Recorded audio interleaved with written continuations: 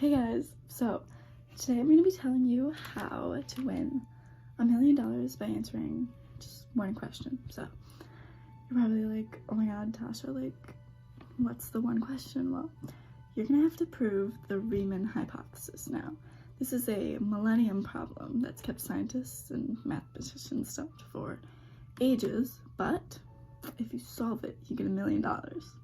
So if you don't know what that is, then stick around. Let's start with Bernhard Riemann. He's a German mathematician who introduced this hypothesis in 1859.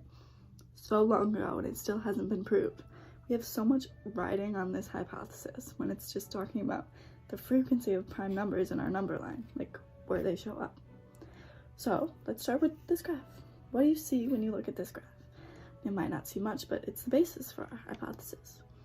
To understand it more, let's talk about complex numbers now.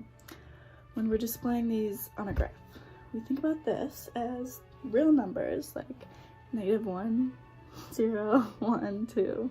These are all just represented on a horizontal line.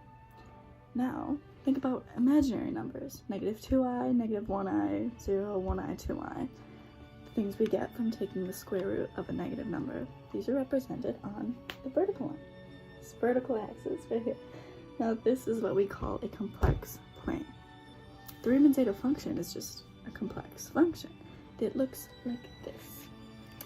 Now the zeros of any other function is where function equals 0, so where it touches the x-axis. Now, for some reason, the Riemann zeta function it's not that simple. So it has two different kinds of zeros. The first kind is trivial zeros. Now this occurs at all of the negative even integers. Keep that in mind. Now, there's non-trivial zeros too, which occurs at all of the other numbers. So, as far as we know, all the non-trivial zeros occur on the same line. It's at 1/2 plus bi for some b. The $1 million question is, do all of these non-trivial zeros occur on the same line? Of course, our hypothesis suggests this, but no one has been able to prove it.